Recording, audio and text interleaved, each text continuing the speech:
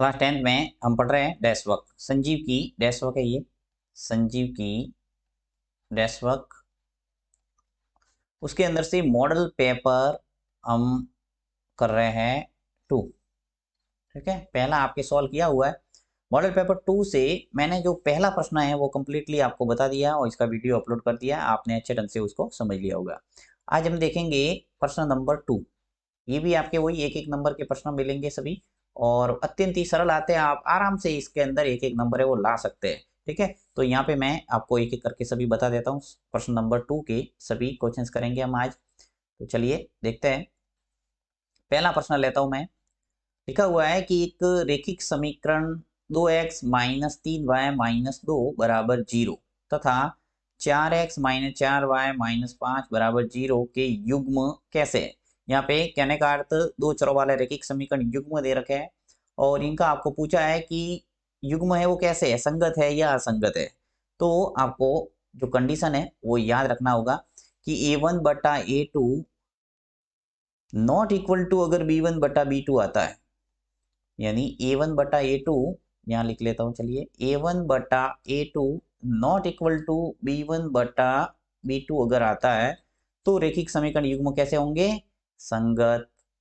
एक कंडीशन है a1 बटा a2 बराबर b1 बटा b2 बराबर c1 बटा c2, तो भी रेखिक समीकरण युग्म कैसे होंगे, संगत। और अगर a1 बटा a2 बराबर b1 बटा b2 but not equal to c1 बटा c2 आता है तो रेखिक समीकरण युग्म कैसे होंगे, असंगत। ये तीनों कंडीशन आपको अच्छे ढंग से दिमाग में रखना है, तो इस टाइप के प्रश्न आएंगे उनका जवाब आप आराम से दे सकते हैं। तो देखिए यहाँ पे जो रेखिक समीकरण युग्म दे रखे हैं उनकी तुलना करके हम यहाँ पता करेंगे कि इन तीनों में से कौन सी कंडीशन है वो लागू होती है। तो मैं आपको स्पष्ट कर दूं, ये जो पहली कंडीशन है वही लगेगी यहाँ पे। देखिए कैसे, ये जो समीकरण है इसको मैं हटा देता हूँ। ये जो पहला समीकरण है इसकी तुलना इससे करना। देखिए a1x plus b1y plus c1 बराबर 0। दूसरा जो समीकरण है उसकी इससे तुलना करना है a2x plus b2y plus c2 बराबर 0।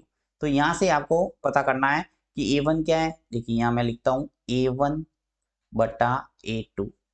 a1 क्या है मेरे पास, देखिए x का गुणांक है वो a1 हो जाएगा, यानी x के आगे जो है वो है a1, तो यहाँ लिखेंगे 2। फिर बट्टा a2, a2 है वो क्या हो जाएगा, देखिए दूसरे समीकरण का x का जो गुणांक है वो है a2, तो यहाँ पे x के आगे क्या है 4, तो ये आ जाएगा 4। अब इसको सरल कर दो, 2 का भाग 4 में जा रहा है तो आ जाएगा 1/2। अब मैं निकालता हूँ b1 बटा b2। ठीक है, b1 बटा b2, तो b1 बटा b2 क्या हो जाएगा, देखिए y का गुणांक है पहले समीकरण का b1 है, तो b1 यहाँ पे y के आगे जो दिख रहा है मुझे 3 दिख रहा है और साथ ही माइनस है आगे यहाँ पे, इसलिए क्या लिखना पड़ेगा माइनस का 3, तो -3 आ जाएगा b1। फिर बट्टा b2 है वो क्या है, देखिए यहाँ पे दूसरे समीकरण का y का गुणांक है वो -4 है, तो आ जाएगा -4। ऊपर नीचे माइनस है इसलिए माइनस तो हटा सकते हैं, परंतु 3/4 एज इट इज जाएगा ऐसा का ऐसा। यानी कि यहाँ जो हमें पता चल रहा है कि a1 बटा a2 1/2 आ रहा है, b1 बटा b2 आ रहा है 3/4। यानी कह सकते हैं कि जो a1 बटा a2 है वो नॉट इक्वल टू b1 बटा b2 है। इसका मतलब रेखिक समीकरण युग्म कैसे होंगे, संगत होंगे। यहाँ पर लिखना है संगत। यहाँ आपको हल करने का आवश्यकता नहीं है, यहाँ पे सिर्फ एक नंबर का प्रश्न है, आपको शब्दों में ही जवाब देना है संगत है या असंगत है। तो ये सारा काम आप रफ कार्य भी कर सकते हैं और फेर वक्त भी कर सकते हैं। ठीक है, तो इस ढंग से आप आराम से इसके उत्तर का पता कर सकते हैं। नेक्स्ट है दूसरा प्रश्न, देखते हैं। दूसरा प्रश्न क्या कह रहा है कि समांतर CD का 11वां पद क्या होगा। यहाँ पे आपको 11वां पद पूछा है, तो 11वां पद के लिए आपको सीधा फॉर्मूला याद रखना, ए एन बराबर क्या होता है, a प्लस n-1 और d। ठीक है, तो ए एन यानी यहाँ पे 11वां पद पूछा था, सीधा आपको a11 बराबर हम लिख सकते हैं a प्लस 10d। ये आपको याद रखना, मैंने आपको अच्छे ढंग से बताया हुआ है कि जब भी यहाँ 11 आता है तो यहाँ लिख लो 10, 12 आएगा तो यहाँ लिखेंगे 11d, यानी a प्लस 10d। सीधे ही आपने 11 बराबर लिख दिया, क्योंकि यहाँ n के स्थान पर 11 लिखते हैं, 11 में से 1 घटता तो क्या आता है 10, और ये d। अब देखो आपको 11वां पद पूछा है, यानी आपको प्रथम पद चाहिए और सार्व अंतर चाहिए। तो यहाँ से प्रथम पद निकाल दो। प्रथम पद ए है वो कितना है, 2 है। यहाँ प्रथम पद लिख लेते हैं। प्रथम पद ए बराबर है हमारे पास कितना, 2। और सार्वंतर कैसे निकालते हैं, सार्वंतर, सार्वंतर दूसरे पद में से प्रथम पद को घटाना। ये दूसरा पद है, ये प्रथम पद है, 7 में से 2 को घटा दो, क्या आ जाएगा, 5। अब इसके अंदर मान रख के आराम से आप निकाल सकते हैं। देखिए ये 11 बराबर प्रथम पद कितना है, 2, फिर प्लस 10 ऐसा का ऐसा, फिर इंटू डी, डी है वो कितना है, 5 है, 5 लिख लो। तो 2 प्लस 5 का गुणा 10 से करेंगे तो 50 आ जाएगा, और 2 और 50 मिलके कितने हो गए, 52।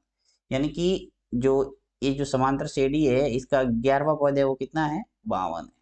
ओके, फिर एक वर्त में अधिक से अधिक कितनी जीवाएं खींच सकते हैं, ठीक है, तो वो अनंत जीवाएं खींच सकते हैं हम, यहाँ लिखना है अनंत।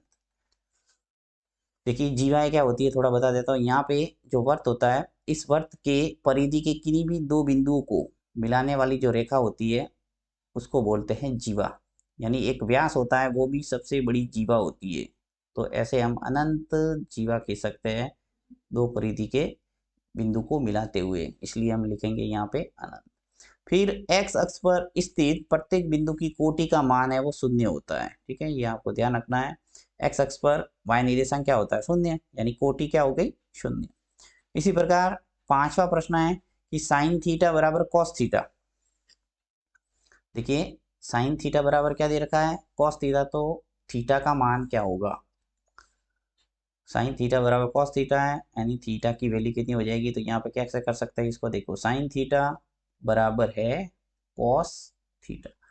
अब यहाँ कॉस थीटा है तो इसको भी मैं चेंज कर सकता हूँ। देखिए कॉस क्या लिख सकता हूँ, ये 90 माइनस थीटा लिख सकते हैं, क्योंकि कॉस 90 माइनस थीटा क्या हो जाएगा, साइन थीटा वापस आ जाएगा, बराबर आ जाएगा कॉस थीटा ऐसा का ऐसा। यानी जो साइन थीटा है उसके स्थान पर मैंने क्या लिखा है, कॉस 90 माइनस थीटा, क्योंकि कॉस 90 माइनस थीटा होता है साइन थीटा। अब देखिए कॉस इधर भी है और इधर भी है, यानी left hand side right hand side दोनों साइड से कॉस है वो हटा दो, तो क्या बचा, 90 माइनस थीटा बराबर थीटा। अब ये जो माइनस का थीटा है इधर पक्षांतर कर दो, तो क्या आ गया, 90 बराबर थीटा ये पहले का, और ये जो माइनस थीटा इधर आएगा तो क्या हो जाएगा, प्लस थीटा। यानी 90 बराबर आ जाएगा 2 थीटा, थीटा और थीटा मिलके कितने हो गए, 2 थीटा, और थीटा हमें पूछा है तो 90/2, यानी 90 में 2 का भाग देंगे तो क्या आएगा, 45 बराबर थीटा। यानी थीटा का मान आ गया 45 डिग्री। इस ढंग से आप थीटा की वैल्यू निकाल सकते हैं 45 डिग्री। और ये A1 A2 A3 सभी आंकड़े दे रखे हैं, उसका माध्य अगर ए है तो ये की वैल्यू क्या आ जाएगी, तो आप लिख सकते हैं इस ढंग से आराम से, यानी वही राशियों का योग बटा राशियों की संख्या, आंकड़ों का योग बटा आंकड़ों की संख्या। यानी ए बराबर लिख सकते हैं सिग्मा AI बटा n, ठीक है। तो ये तरीका है माध्य निकालने का, यदि आंकड़े हैं तो राशियों का योग बटा राशियों की संख्या।